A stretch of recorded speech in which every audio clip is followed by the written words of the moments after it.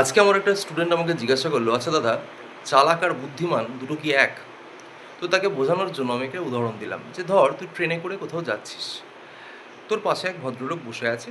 তার পোশাক আশাক, আচার আচরণ, কথাবার্তা থেকে তুই এটা পরিষ্কার বুঝতে পেরেছিস তিনি যথেষ্ট ভদ্র, যথেষ্ট সম্ভ্রান্ত এবং যথেষ্ট ইনফ্লুয়েন্সিয়াল একজন মানুষ।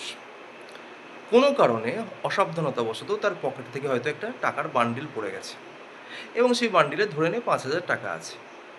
তিনি সেটা খেয়াল করেননি, একমাত্র তুই সেটা খেয়াল করেছিস। তুই যদি চালাক হোস, তুই সেই বান্ডিলটা চুপচাপ নিয়ে নিজের পকেটে ঢুকিয়ে নিবি, দিয়ে বাড়ি চলে আসবি।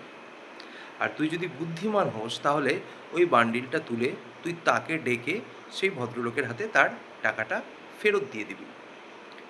সেই ভদ্রলোক তাতে তোর সততাতে হয়তো ইনফ্লুয়েন্স হবে এবং ইনফ্লুয়েন্স হলে তোর সাথে হয়তো কথা বলবে এবং তোর সাথে পরিচয় করবে, এবং সেই পরিচয়টা কিন্তু ভবিষ্যতে তোর জন্য লং টার্মে বেনিফিট বা লং টার্মে লাভ এনে দেবে। হয়তো তিনি এমনই কোনো একজন ইনফ্লুয়েন্সিভ লোক, তোর এই সততায় মুগ্ধ হয়ে তোর ফোন নাম্বার চাইতে পারে, তোর সাথে যোগাযোগ করতে পারে এবং ভবিষ্যতে তোর কাজ কর্ম বা অন্যান্য অনেক ক্ষেত্রে তোকে হেল্প করতে পারে।